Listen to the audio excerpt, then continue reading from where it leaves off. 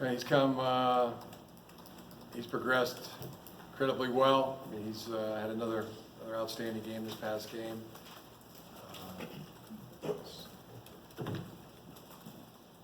Physically, he's come a long way. He's some people make any analogies, I guess, but just physically, he is really trained himself at a very high level. He's got a great attitude. He does what his coaches train him to do. He trusts that, and he always plays at a all-out level. All right, Ethan. Jim, with 2 losses already, I'm just wondering how you would define a successful season from here on out. Win our next game. That's our goal. Put together a really good plan for this week. Practice it and go out and execute. Feel like our team is even as optimistic as ever that it's hitting its stride. Is there a bigger picture goal you have in mind there?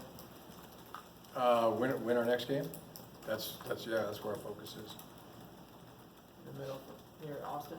Jim, it looked like you took some extra precautions on Saturday to protect your signals. Is that something you've done in the past? Was that a function of the sideline you were on, or what went into that?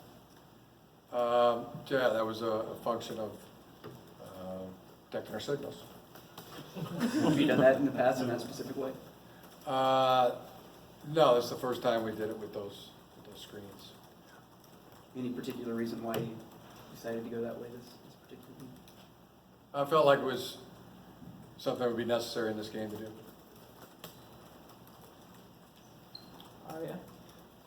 With the, this Saturday is the last time that Michigan is scheduled to play Notre Dame, and with all the history in that, that rivalry, how are you kind of seeing this matchup more broadly?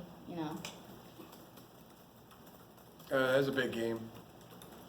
On the left, Larry. To follow up on that, would you like to see this series resume after the contract ends here? I think there's some discussion about it. What's your opinion about it? Yeah, that'd be good. Chris. Talk about what you've seen from Notre Dame on film, especially offensively. Yeah, they're really talented offensively, defensively. It's a really good football team. We're plowing through it now. Playing really good football. On the left, Larry. Does it help, do you think your players bounce back from a tough loss knowing they've got a great opportunity and a big time opponent under the lights and all that? They're not just playing another team that's Notre Dame, that help them maybe bounce back and focus on the next one? Yeah, I mean, it's always like people are, what's the alternative to not doing it that way? I mean, if you're playing Rutgers next, it'll be different than Notre Dame. Yeah, it's football. I mean, it's just what your talent is for. It's what you want to do. Just the question of how or how can you? Is it better? Just that's what you do. You bounce back as opposed to not. On the left, John. Jim, what do you tell your players about handling social media, good and bad, especially after a game?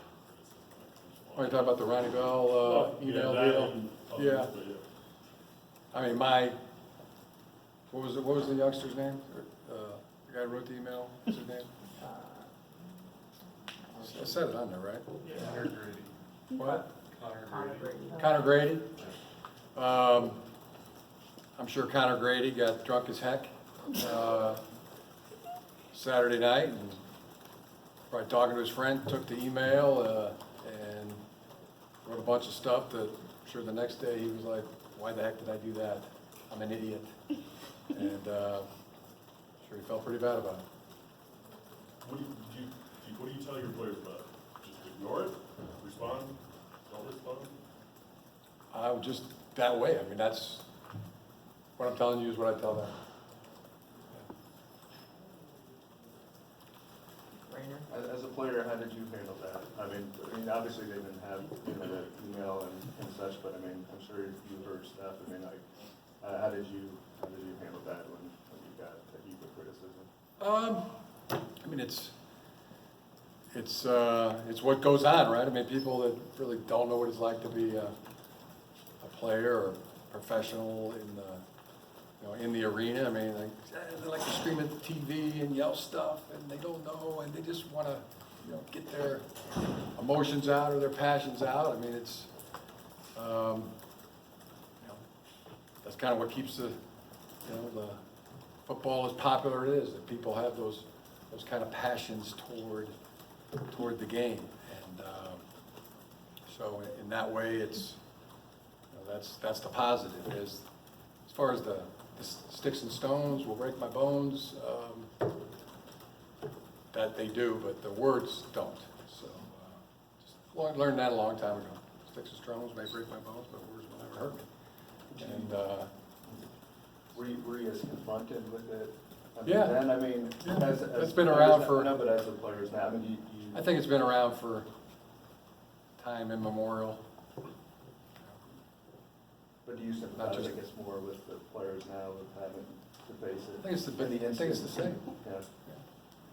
I think you should, you know, we all tell our kids at school, I mean, that's grade schoolers that, you know, worry about, you know, what somebody's saying about them, or you grew up and felt the same way. I think that's been around for a very long time, so.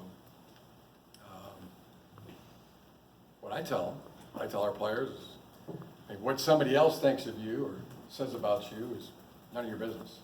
And that's the way I feel about it. So try to give them that same advice. You're on the right, Steve. Jordan Glasgow is going after a certificate in the grad school program and performing so well for you on the football field. What do you admire most about him?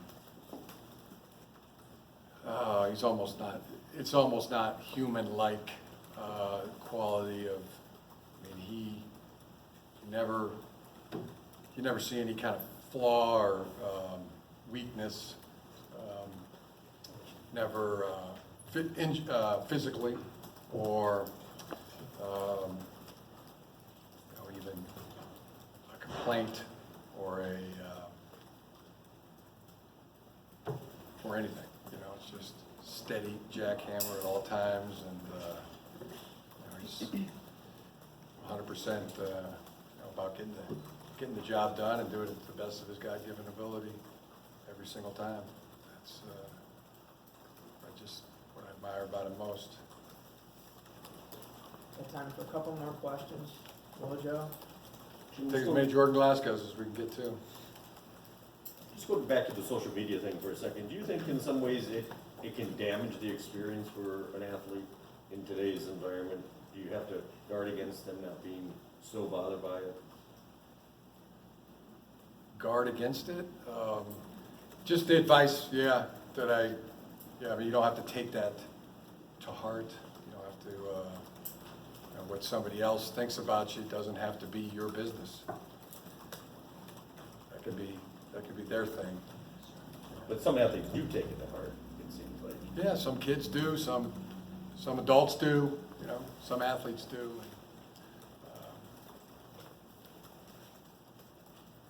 Right here, Chris?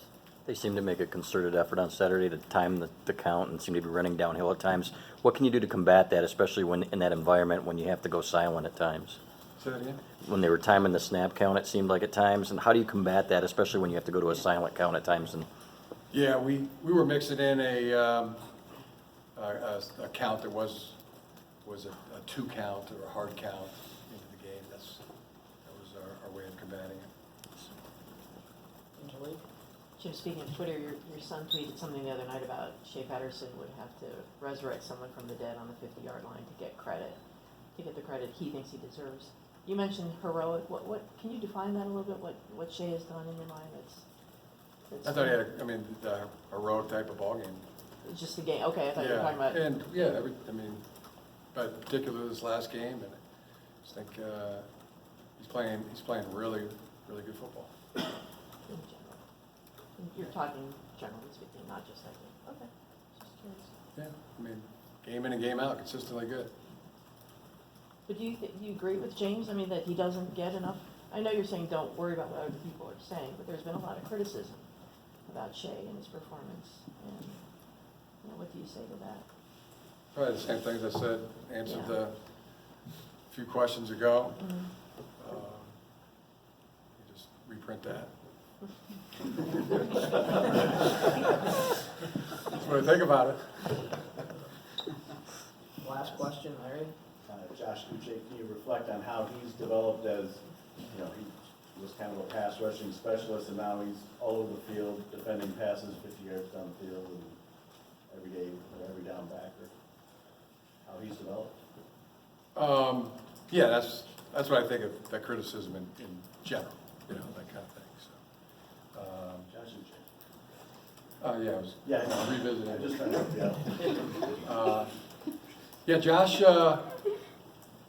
Josh is another guy who gets it 100%. I mean, he's got a great, strong mindset, trains at a high level, wants to be good, and getting better and better in football all the time. All right, thanks, guys. Thank you.